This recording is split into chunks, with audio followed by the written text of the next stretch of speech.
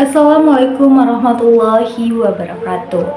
Perkenalkan, nama saya Audrey Hafifah Listibiran dengan NIM 0503232110 dari kelas Perbankan Syariah 4F di UIN Sumatera Utara. Di video ini, saya bertujuan untuk menjelaskan kepada teman-teman yang belum mengetahui apa aja sih kerangka pendekatan ekonomi dan moneter Islam. Nah, yang pertama ada kebijakan moneter dalam konteks ekonomi Islam. Jadi, kebijakan moneter adalah tindakan yang dilakukan oleh bank sentral untuk mengendalikan jumlah uang yang beredar di dalam perekonomian.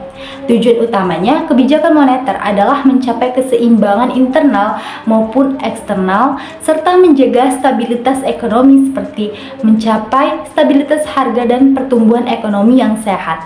Selain itu, bertujuan untuk mempengaruhi kondisi moneter, keuangan, dan sektoril, mendorong peningkatan kesempatan kerja dan iklim usaha yang sehat, berkontribusi pada pembangunan ekonomi dengan mengatasi keterbatasan investasi dan devisa di negara yang berkembang.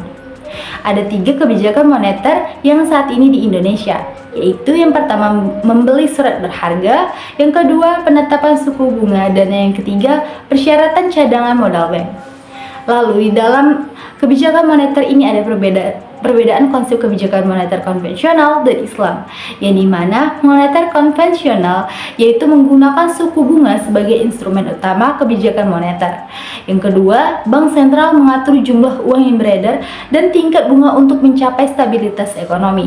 Sedangkan moneter Islam yang pertama bebas dari riba, yaitu bunga bank yang dilarang sehingga suku bunga tidak digunakan sebagai instrumen moneter. Yang kedua, uang sebagai alat tukar, bukan komoditas untuk diperdagangkan.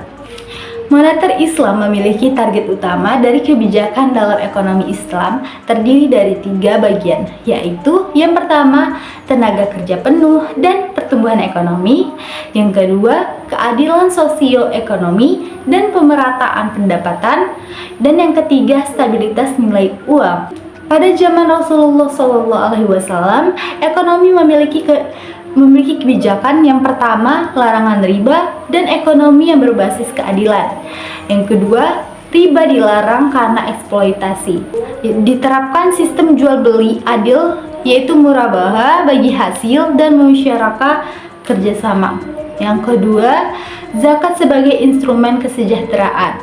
Zakat diwajibkan untuk redistribusi kekayaan kepada fakir miskin dan yang lebih membutuhkan. Yang ketiga, larangan monopoli dan penimbunan atau ihtikar, yaitu mencegah ketimpangan harga dan menjaga stabilitas ekonomi dengan melarang monopoli serta penimbunan barang. Yang keempat, pemberdayaan pasar maupun etika bisnis, yaitu mengembangkan pasar bebas dengan prinsip kejujuran, transparansi, dan larangan kecurangan dalam perdagangan. Nah, itu saja beberapa penjelasan mengenai kerangka pendekatan ekonomi dan moneter Islam. Semoga teman-teman paham ya. Sampai jumpa.